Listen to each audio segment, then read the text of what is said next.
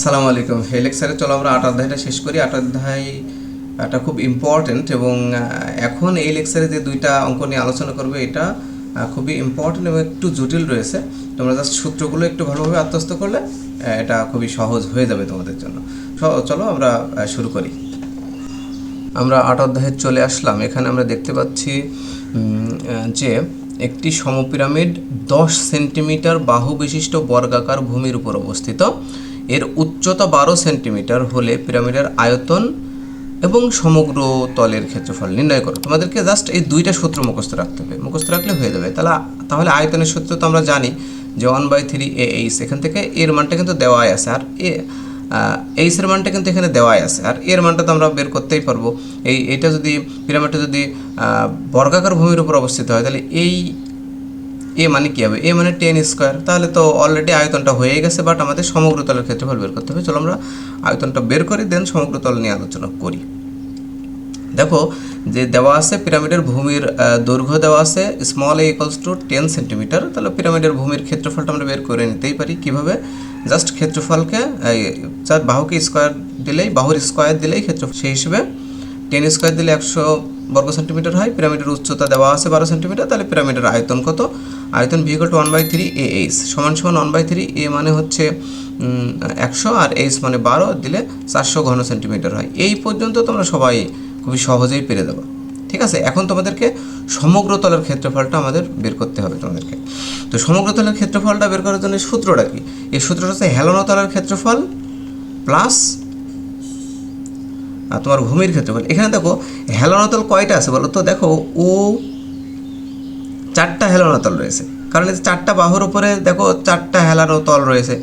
একটা হচ্ছে ও A B, বুঝতেই পারছো তোমরা, একটা হেলানো তল রয়েছে, এটা হচ্ছে ও এ বি। আমি ভেঙে ভেঙে দেখাচ্ছি যাতে সহজে বুঝতে পারো। তারপরে তোমার রয়েছে ও বি সি, বলতে পারো তোমরা, ওই একই জিনিস। ঠিক আছে, ও বি সি একই পরিমাণ ক্ষেত্রফল হবে এই 4টারই। তারপরে ও সি ডি বলতে পারো তোমরা, ও সি ডি, বুঝতে পারছো কিনা? আবার ও এ ডি বলতে পারো, ও এ ডি বা ও ডি এ, যেটাই বলো, ও এ ডি। তাহলে এই 4টা হয়ে গেল পার্শ্বতলের ক্ষেত্রফল। এবং আর একটা আছে এ বি সি ডি, যেটা তোমার ভূমির ক্ষেত্রফল কিছুক্ষণ আগে যেটা তুমি বের করলে 100 বর্গ সেন্টিমিটার যেটা হয়েছে। তার মানে এই টোটাল 5টা। তার মানে হচ্ছে এই যে 4টা যে হেলানো তল রয়েছে, এই 4টা হেলানো তলের ক্ষেত্রফল 4টা যোগ করতে হবে, অথবা যে কোনো একটাকে আমরা বের করবো, বের করে 4 দিয়ে গুণ করে দেবো, কারণ হেলানো তল কিন্তু সবগুলো সমপরিমাণ। এইটা তার সাথে আমরা যোগ করব এই ভূমির ক্ষেত্রফল। আশা করি তোমরা বুঝতে পারছো। এখন আমাদের তাহলে টার্গেট কি?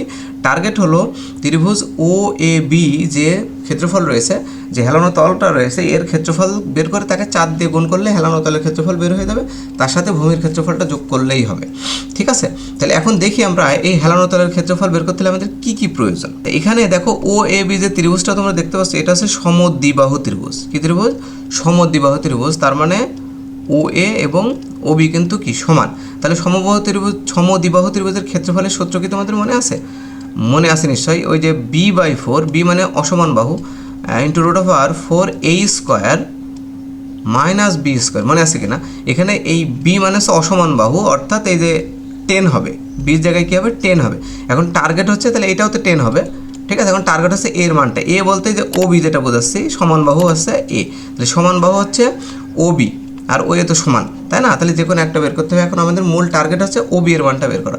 এখন ভালোভাবে খেয়াল করলে বুঝতে পারবা যে ও বি হচ্ছে এই যে ও বি, ও ই বি যে একটা ত্রিভুজ আছে, ও ই, ভালো করে বুঝো, ও ই বি, ও ই বি একটা ত্রিভুজ আছে, যেখানে ওই কিন্তু উচ্চতা যেটা দেওয়া আছে কত? 10। খুবই ইম্পর্ট্যান্ট। তাহলে আমাদের টার্গেট হচ্ছে বি এর মানটা যদি আমরা বের করতে পারি, তার মানে ভূমি যদি বের করতে পারি, তাহলে এটা তো হেলানো উচ্চতার মতো। তাহলে বি যদি আমরা সরাসরি বের করতে পারি, তাহলে এল সমান কী হবে? √, ওই যে 12² মাইনাস BE²। বুঝতে পারছো নিশ্চয়ই? তার মানে ও বিই যে ত্রিভুজটা রয়েছে বা ও ই বি, এই ত্রিভুজের উচ্চতা অলরেডি দেওয়া আছে, আমাদের এই ভূমিটা বের করতে হবে। তাহলে এই ভূমি বিই মানে কি? বি মানে দেখো এই যে বিডি এর অর্ধেক, বিডি এর অর্ধেক। বিডি মানে কি? বিডি মানে হচ্ছে আবার এই যে এবিসিডি যে বর্গটা রয়েছে তার কিন্তু কর্ণ। বুঝতে হবে বিষয়টা। এই কর্ণের অর্ধেক হচ্ছে কিন্তু তোমার বি। আমরা জানি কর্ণের সূত্রটা হচ্ছে a√2, তাই না? A√2 মানেই কিন্তু তোমার এই যে তোমার ডিবি আর কি, ঠিক আছে, ডিবি বা বিডি যেটাই বলো। এখন বিডি এর অর্ধেক করে দিলেই তো আমরা বি পেয়ে যাবো, বুঝতে গেলো বিষয়টা। তার মানে মূল টার্গেট হচ্ছে আমাদের এই যে বিডি মান বের করো, বিডির মান বের করে তাকে অর্ধেক করে দিলে বি পাওয়া যাবে। আর বি পাওয়া গেলেই দেখো ভূমি পাওয়া গেল, আর লম্ব তো আসেই, তখন আমরা এল এর মানটা বা এই যে ও বি এর মানটা বের করতে পারবো। তখন আমাদের একটা এই যে সমদ্বিবাহু ত্রিভুজের একটা সমান বাহু বের হয়ে যাবে। তখন তো আমরা ওই ক্ষেত্রফলের সূত্র বসিয়ে দিলে হয়ে গেল। আসলে অনেক জটিল হয়ে যাচ্ছে মনে হয়, তো একটু দেখো জিনিসটা সহজ হবে আশা করি। তাহলে মূল টার্গেট আছে বি এর মানটা বের করা, ঠিক আছে। তাহলে বিই মানে কি? অর্ধকর্ণ, ওকে। তাহলে আমরা জানি বর্গক্ষেত্রের অর্ধকর্ণ হচ্ছে A√2। তাহলে A√2কে যদি আমরা 2 দিয়ে ভাগ করি তাহলেই কিন্তু বিই পাওয়া যায়। বিই কিন্তু কর্ণের অর্ধেক, এই জন্য এটা হচ্ছে কর্ণ, তার অর্ধেক। তাহলে দেখো এইটাই পিরামিডের ভূমির অর্ধকর্ণ, এই যে বিই সমান সমান A√2/2। আশা করি বুঝতে পারছো। এখন এ মানে কি? এ মানে কিন্তু অবশ্যই বাহুর দৈর্ঘ্য এ, আর √2/2 দিলে এটা হবে 7.07। তাহলে হয়ে গেল। তাহলে এখন আমরা বলতে পারছি যে এই যে ওবি যেটা বললাম তোমাদেরকে, ওবি এর মানটা যে হেলানো উচ্চতা টাইপের, ওইটা কীভাবে বের হবে? পিরামিডের পার্শ্বতলার এই যে হেলানো উচ্চতা যেটা ওবি, সেটা হচ্ছে √, যেটা অতিভুজ, মনে আছে কিনা? এই যে আমি আবার রাখাচ্ছি, এই যে এইটাই ছিল কিন্তু ওবি, ঠিক আছে, ওকে। তার মানে এল মনে করো। তাহলে ওবি মানে হচ্ছে এই যে H², এটা হচ্ছে H আর এটা হচ্ছে বিই, তাই না? BE², H² plus BE²। তাহলে H এর মানটা হচ্ছে 12, আর BE মানে কেবলই আমরা যেটা বের করলাম 7.07²। তাহলে এটা হবে 13.928 সেন্টিমিটার। তাহলে পিরামিডের এবার হেলানো তলের ক্ষেত্রফলটা আমাদের সহজে বের হয়ে যাচ্ছে। আমরা জানি হেলানো তলের ক্ষেত্রফল, যেহেতু এটা ওই যে প্রথমে আমি বলেছি এটা হচ্ছে সমদ্বিবাহু ত্রিভুজ রয়েছে 4টা, এই জন্য সমদ্বিবাহু ত্রিভুজের ক্ষেত্রফলকে 4 দিয়ে আমরা গুণ করে দেবো, বিকজ সমদ্বিবাহু ত্রিভুজগুলো সব সমান। তাহলে 4 ইন্টু সমদ্বিবাহু ত্রিভুজের ক্ষেত্রফল। তাহলে সমদ্বিবাহু ত্রিভুজের ক্ষেত্রফলের সূত্রটা কি? অসমান বাহু বাই 4 ইন্টু √4 সমান বাহু স্কোয়ার মাইনাস অসমান বাহু স্কোয়ার। জাস্ট আমরা মান বসিয়ে দেবো, ঠিক আছে। সমান বাহু যেটা আমরা বের করলাম 13.928² মাইনাস 100² দিলে 259.99 বর্গ সেন্টিমিটার হয়ে গেল। হেলানো তলের যে 4টা হেলানো তল ছিল ওটার ক্ষেত্রফল বের হয়ে গেল, এবং ওর সাথে ভূমির ক্ষেত্রফল যোগ করে দিলে টোটাল ক্ষেত্রফলটা বের হয়ে যাবে। তাহলে পিরামিডের সমগ্র তলের ক্ষেত্রফল হচ্ছে হেলানো তলের ক্ষেত্রফল প্লাস ভূমির ক্ষেত্রফল। জাস্ট এটার সাথে আমরা ভূমির ক্ষেত্রফল যে 100 রয়েছে যোগ করে দিলেই হয়ে যাবে 359.99, অর্থাৎ 360 বর্গ সেন্টিমিটার। এটাই হচ্ছে আমাদের একটা অঙ্ক। এটা সেট ব্যতিক্রম ছিল। আর একটা অঙ্ক রয়েছে, এটা আর একটা অঙ্ক ব্যতিক্রম, ওইটার মাধ্যমে আমরা লেকচারটা শেষ করব। চলো আমরা দ্বিতীয় অঙ্কটা নিয়ে আলোচনা করি। আচ্ছা, দ্বিতীয় অঙ্কটাও খুবই সহজ, বাট এটা একটু মনে রাখতে হবে। দ্বিতীয় অঙ্কটা তোমাদের জন্য তো একটা সূত্র বেসিক মনে রাখতে হবে। তো এখানে দেওয়া আছে একটি ষড়ভুজ আকৃতির ভূমি বিশিষ্ট পিরামিডের ভূমির ক্ষেত্রফল দেওয়া আছে। পিরামিডের ভূমির ক্ষেত্রফল এটা কত আকৃতির বলতো? ষড়ভুজ আকৃতির। তাহলে ষড়ভুজের ক্ষেত্রফলের সূত্রকে 3√3/2, আর এই যে ভূমি স্কোয়ার ইকুয়াল টু কত হবে বলতো? 54√3। এখান থেকে অবশ্যই এর মানটা আমরা কিন্তু পেয়ে যাব। তাহলে এখান থেকে ভূমির মানে বাহুটা পেয়ে যাব। এত বর্গ দেওয়া আছে এবং পার্শ্বস্থ প্রত্যেকটি তলের ক্ষেত্রফল দেওয়া আছে 9√6। তাহলে কয়টা তল বলো তো পার্শ্বে? অবশ্যই ষড়ভুজ, তাহলে 6টা তল হবে। Very simple. তাহলে পিরামিডের আয়তন কত? তাহলে মূল পিরামিডের দেখো সব বড় বড় জিনিসগুলো দেওয়া আছে, এখন ছোট ছোট জিনিস বের করতে হবে। তাহলে পিরামিডের আয়তনের সূত্র তো ওইটা 1/3 AH, ঠিক আছে। তাহলে আমাদের টার্গেট হচ্ছে H এর মানটা বের করা। ক্ষেত্রফল দেওয়া আছে, আয়তন বের করতে হলে 1/3 AH, H এর মানটা বের করতে হবে। ওকে, এখন Hটা আবার কোথায় রয়েছে একটু ভালোভাবে খেয়াল করো, খুবই সহজ। যেটা ষড়ভুজ আকৃতির দেখো পিরামিড, ঠিক আছে, 6টা বাহু রয়েছে, তার উপর পিরামিডটা অবস্থিত। এখন দেখো আমি একটু দিয়েছি H এর মানটা আমাদের টার্গেট। তাহলে H এর মানটা বের করতে হলে আমাদেরকে কতটুকু লাগবে দেখো, OA, এই যে তোমার OAB একটা ত্রিভুজ রয়েছে, ওই ত্রিভুজের দেখো OA যেটা, এটা কিন্তু হেলানো উচ্চতা L এর মান OA। এখন আমরা যদি OAটা বের করতে পারি, মানে এই যে L এর মানটা বের করতে পারি, তাহলে আমাদের এমন মান চলে আসছে। ভিতরে যে একটা ত্রিভুজ রয়েছে দেখো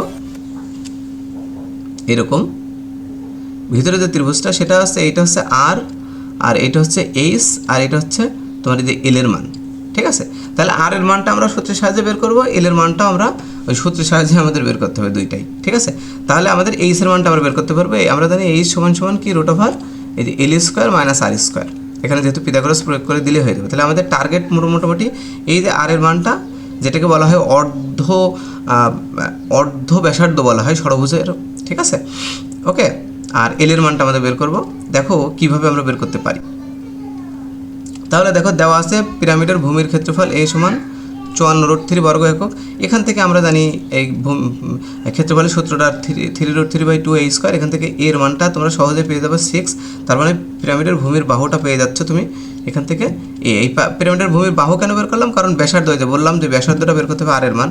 তাহলে পিরামিডের ভূমির ব্যাসার্ধ r = √3/2a, এটাও আছে সূত্র, এই যে এখানে এটা লাগবে তাই।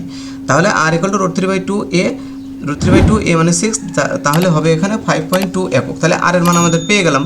আমাদের কিন্তু সেই ত্রিভুজের কথা নিশ্চয়ই মনে আছে, এটা হচ্ছে আর এর মান, আর এল এর মান আমরা এখন বের করব। তাহলে পিরামিডে দেখো পার্শ্বস্থ তলের ক্ষেত্রফল দেওয়াই আছে যে 9√6। তাহলে পার্শ্বস্থ তলের ক্ষেত্রফলের সূত্রটা কি, এটা কিন্তু জাস্ট হাফ ইন্টু ভূমি ঘনস্বতা, তাই না? এই যে ও এ বি, যার উচ্চতা কিন্তু এল এর মান ছিল, মনে আছে এল।